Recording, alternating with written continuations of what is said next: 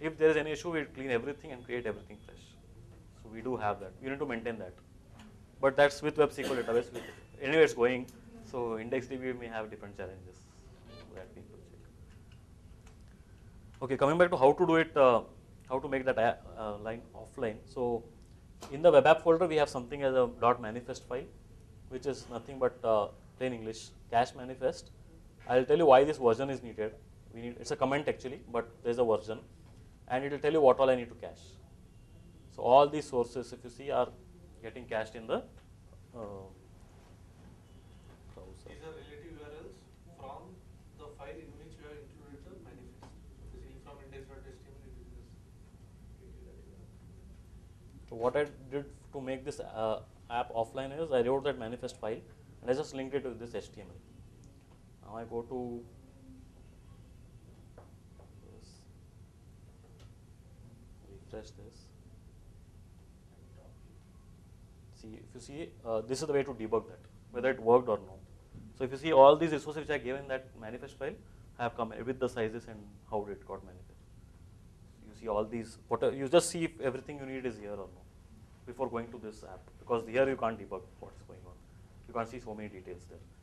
So this is the way you should debug on a desktop. All the pages in your, suppose you have 100 pages in your application, you enter as static and you want to do the offline. For those 20 pages you have the execution and others you don't. That's the only way to segregate. Yeah. Or there are more advanced stuff. I'll come back. Like you can have a fallback logic, or some resource can always get it from network, something like that. You can always do. Okay, I'm going offline here and accessing this app. So this is okay because I had data. But what I actually did was his phonebook.js logic to add an app. Even that is cached now. So it's still open, the transition, flip, everything is working. You can just add.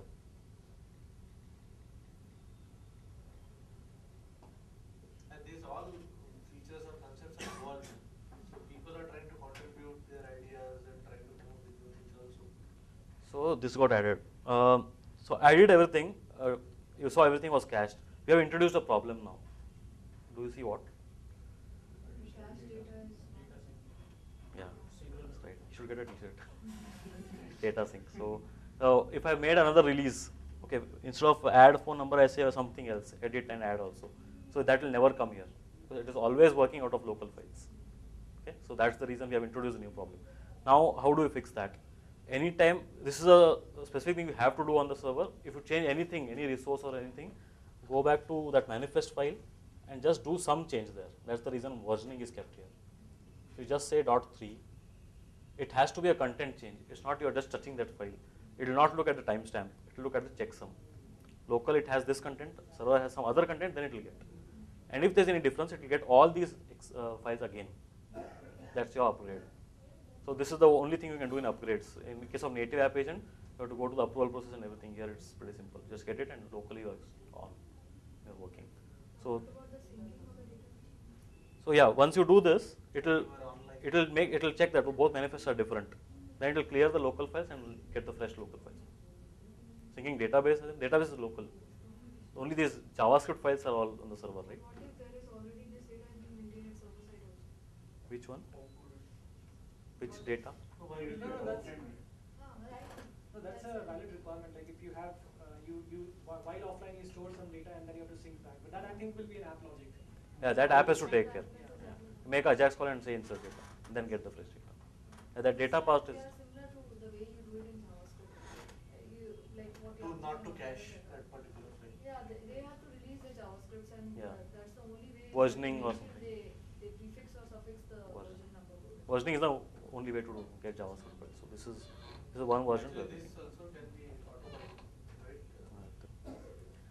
Okay. So that's what we have seen. Access local files always and updates. That's the problem we fixed now by changing it. There's another question like there could be few things, or maybe for example, take an image.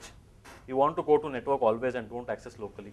In that case, you can specify a network kind of thing, and you just go to the network all the time. And even though if it's offline, it will still try to go to network, and you can provide a fallback option, saying, okay, if I'm offline, just show this image. You can still do that. For example, you can enhance this to show an online label, and a tick if it is online, cross if it is offline image. So if it is online, it will go and come back, otherwise use the fallback option. So that's the network and fallback options which you can use. Last one is dynamic manifest file. We saw that file, right? We had to write a lot of images, JavaScript and everything. It's a pain to do that. So there are other options like you can use some PHP or scripting language on the server or a JSP or something which will go through the folder structure and say everything in images folder, just dump it in that file. Which means everything is, that manifest itself is dynamically created for you. And if you add an image, it's automatically changing the checksum and you get the latest file.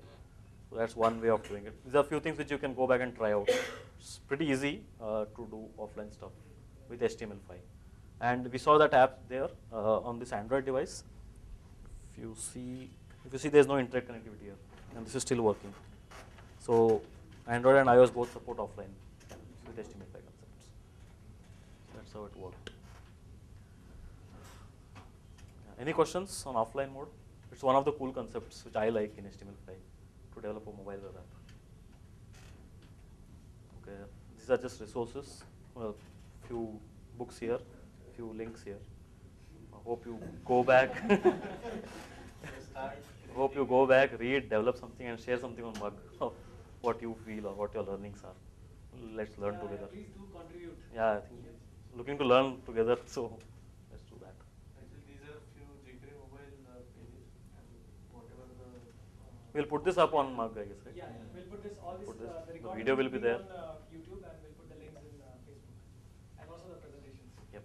We'll put that as files. Yeah, files. Even the code also will put it so that you guys can go and change.